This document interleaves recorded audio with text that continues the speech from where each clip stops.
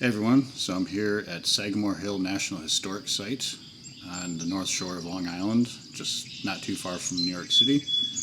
And this is the home of President Theodore Roosevelt.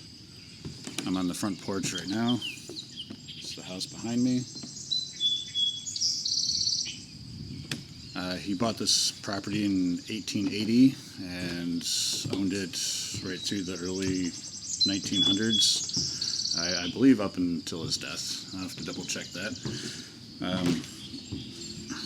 Yeah, this was kind of his summer White House when he was president.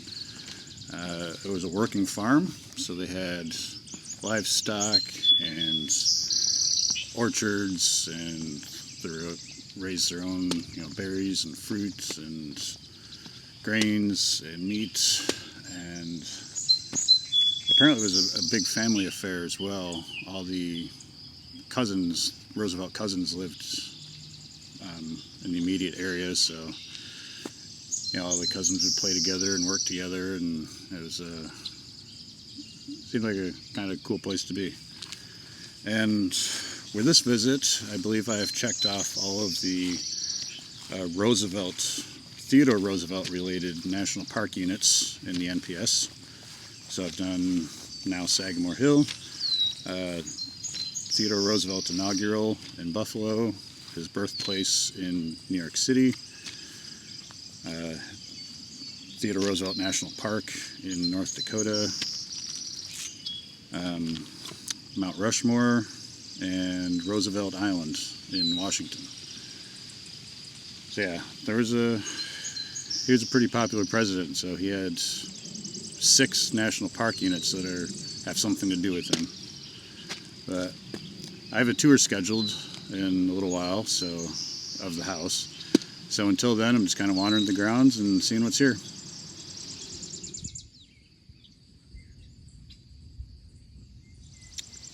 So the property had a active windmill, which pumped water for the property, and apparently it was in use for a really long time. Like, I read the property didn't have municipal water until the 1990s. So it was actively pumping water up until that point, which seems crazy. I mean, it's Long Island. You'd think all the neighborhoods would have all the amenities like water, but apparently not.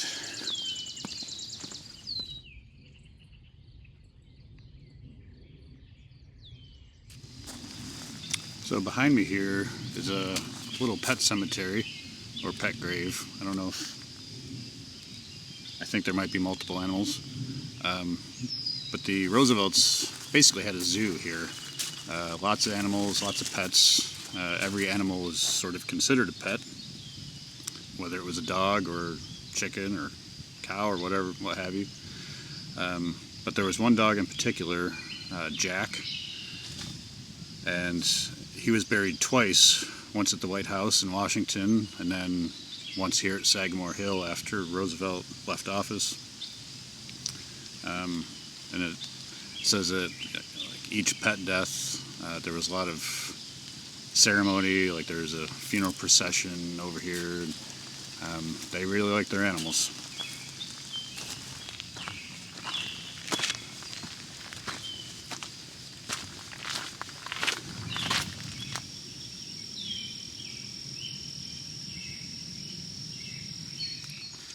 So as I walk around, if you happen to hear the rumble of airplanes in the distance, I must be on an approach path to LaGuardia or JFK or something, because it's nearly constant. Yeah, at first I was kind of waiting for the noise to pass before shooting clips, but it never passed, so yeah, it must just be a steady flow of planes coming into those. I'm guessing, I think I'm closer to LaGuardia, but it's probably either one of them.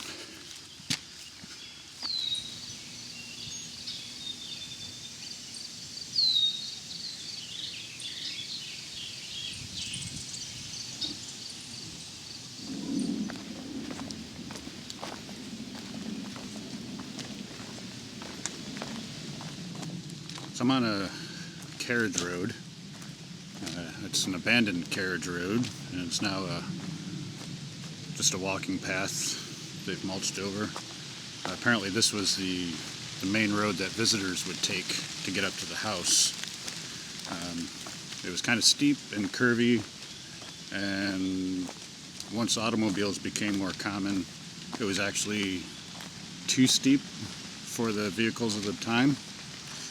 So they kind of diverted traffic over to the service road.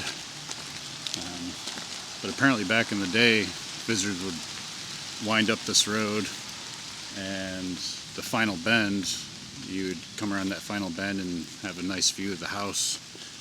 It must have been pretty cool. And I'm working my way down to where the tennis court was, apparently. This road is pretty windy. So apparently behind me is where the tennis court was. I was expecting something a little bigger, but I guess the ground around here is not very level, so this was like the best spot for it. But Roosevelt loved sports and activity, and all the cousins around here would come down and play. And it's kind of, this path behind me was the service road I just came down, or the carriage road I just came down.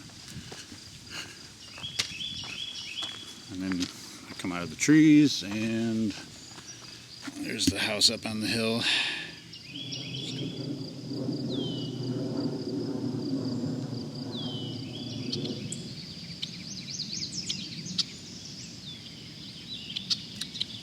So behind me is the new barn, which replaced the old barn that was here when Roosevelt first bought the property.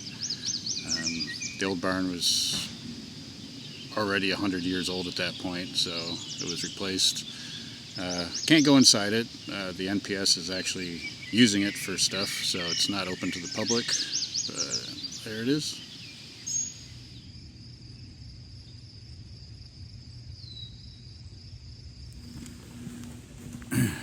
So the park property includes a nature trail. It's just under a mile, and it wanders through this fairly thick woods you see all around me, and it apparently winds down to the water, the Long Island Sound, or whatever. I'm not sure what bay this is, the base of the property, but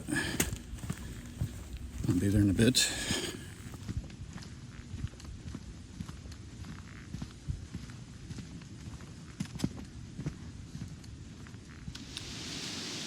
I'm coming up on a little footbridge that crosses Eel Creek, and then a little bit more land, and then the water. And I'm starting to smell that sea air.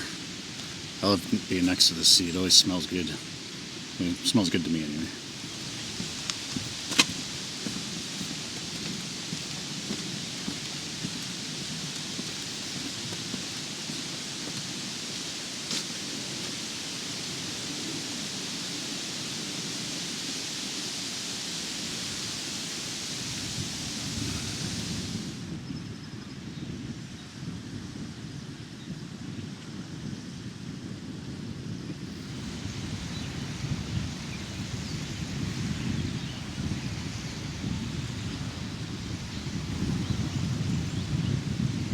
So I made it down to the beach. This was, see behind me. So this was the private beach of the Roosevelt family. The nature trail is just down and comes right down to it. It was only about maybe a 15-20 minute walk from the house. Not too bad.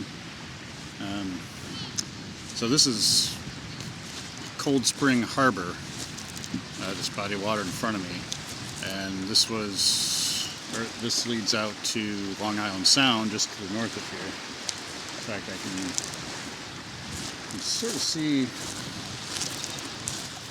where the harbor ends in the distance back there. Yeah, this is gorgeous here. A lot of big houses on top of bluffs. I can't imagine the amount of money that's in these neighborhoods. This is crazy. Yeah, it's gorgeous here.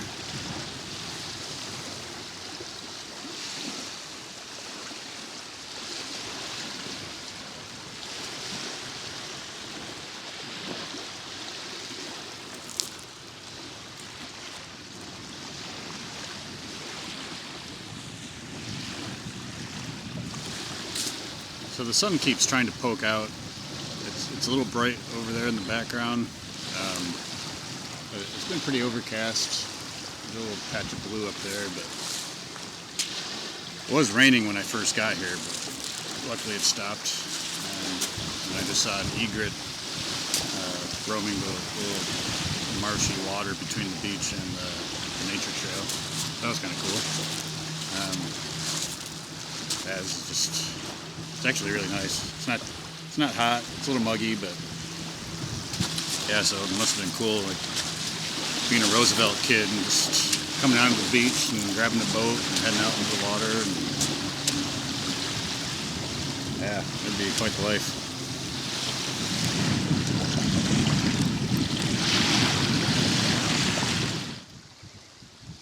Alright, so I walked up to the north end of the beach, and you can see a little bit better where Cold Spring Harbor ends, and you can see out into Long Island Sound.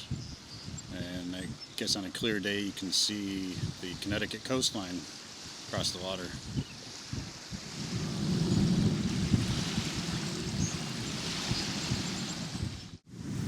Alright, so that was a quick little stop at the Roosevelt Private Beach, and now I'm heading back up to the house for the tour. Got about 15 minutes to get back up there. Should be just enough time.